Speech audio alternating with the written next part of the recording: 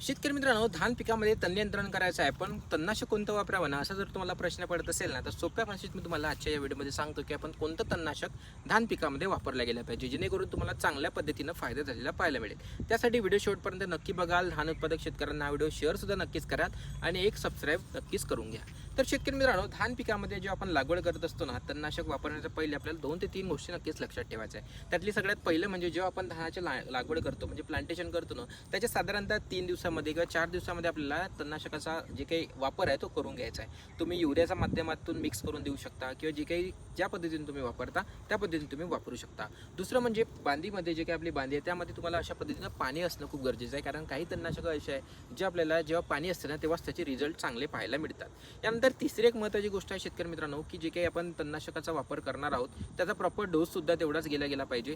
हे एक आपल्याला गोष्ट नक्कीच तिकडे लक्षात ठेवायची आहे। आणि आपल्याला तण 2 पानावर असणं हे सुद्धा एक महत्त्वाची गोष्ट आहे। एवढ्या जर तुम्ही गोष्टी लक्षात ठेवला ना, तुम्हाला चांगल्या पद्धतीने तण नियंत्रण करता येणार आहे। तर त्यामध्ये आपण वेळ न गमवता आपण डायरेक्ट मुद्द्यावर बोलूया। त्यामध्ये सगळ्यात जे पहिले टेक्निकल आहे शेतकरी मित्रांनो, ते बरेचसे शेतकरी वापरत असतात, ते म्हणजे साथी पावडर। साथी पावडरचा वापर आपल्या बरेचसे शेतकरी करत असतात। साथीचा वापर करत असताना तुम्हाला काय करायचं आहे, साथीचा वापर करत असताना 60 ग्राम प्रति एकड या पद्धतीनं करून घ्यायचं आहे। तुम्ही याला युरियामध्ये मिक्स करून देऊ शकता की रेती मातीमध्ये मिक्स करून तुम्ही आपल्या जसं पाणी आहे तुमच्या बांधीमध्ये तेव्हा तुम्ही याचा वापर तिकडे नक्कीच करू शकता।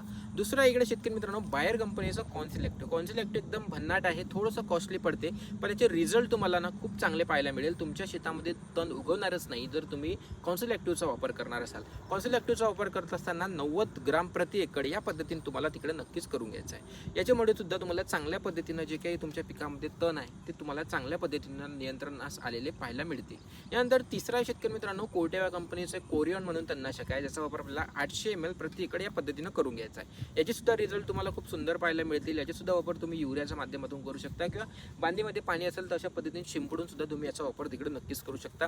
याचे सुद्धा रिझल्ट खूप चांगल्या शेतकऱ्यांनी घेतलेले आणि खूप चांगले याचे सुद्धा रिझल्ट पाहायला मिळतात।